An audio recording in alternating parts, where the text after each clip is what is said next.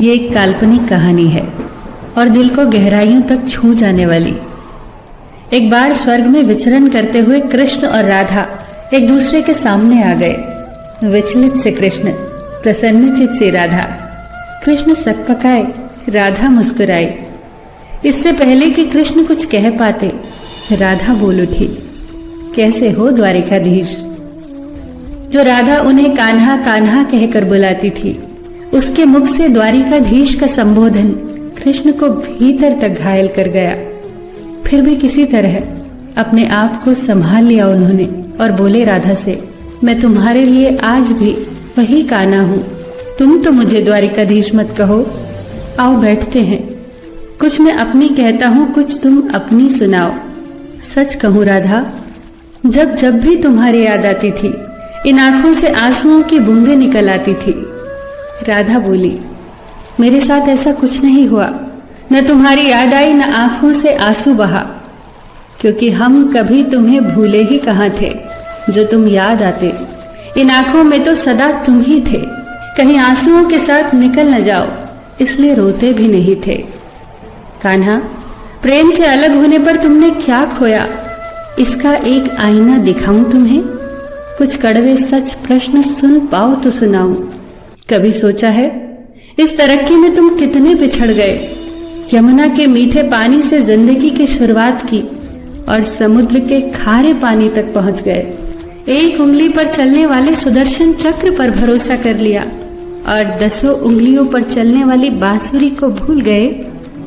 कान्हा, जब तुम प्रेम से जुड़े थे तो जो उंगली गोवर्धन पर्वत उठाकर लोगों को विनाश से बचाती थी, प्रेम से अलग होने पर वही उंगली क्या क्या रंग दिखाने लगी। सुदर्शन चक्र उठाकर विनाश के काम आने लगी। कान्हा और द्वारिकाधीश में क्या अंतर होता है बताऊं? कान्हा होते तो तुम सुदामा के घर जाते, सुदामा तुम्हारे घर नहीं आता। युद्ध में और प्रेम में यही तो फर्क होता है। युद्ध में आप मिटाकर जीतते हैं और प्रेम में आप मिटकर जीतते हैं। कान्हा, प्रेम में डूबा हुआ इंसान दुखी तो रह सकता है, पर किसी को दुखी नहीं कर सकता। आप तो कई कलाओं के स्वामी हो, स्वप्न दूर दृष्टा हो, गीता जैसे ग्रंथ के दाता हो, पर आपने ये क्या निर्णय लिया? आपने अपनी पूरी सेना कौरवों को सौंप दी और अपने आप को पांडवों के साथ कर लिया। सेना तो आपकी प्रजा थी, राजा तो पालक होता है, उसका रक्षक होता है। आप जैसे महाज्ञानी उस रथ को चला रहे थे जिस पर बैठा अर्जुन आपकी प्रजा को ही मार रहा था। अपनी प्रजा को मरते देख आप में करुणा नहीं जगी, क्योंकि आप प्रेम से शून्य हो चुके थे।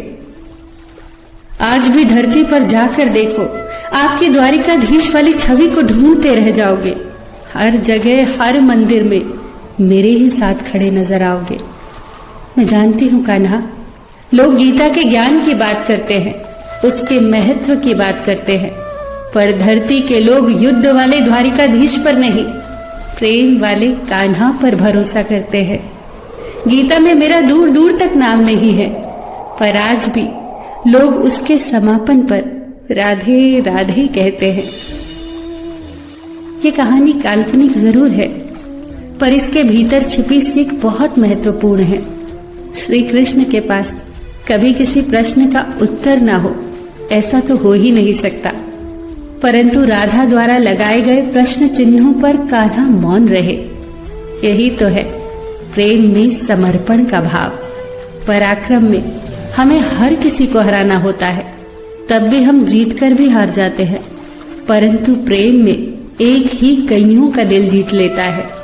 सही कहा है कि छोटी सी उंगली पर पूरा गोवर्धन पर्वत उठाने वाले भगवान श्री कृष्ण छोटी सी बांसुरी को दोनों हाथों से पकड़ते थे।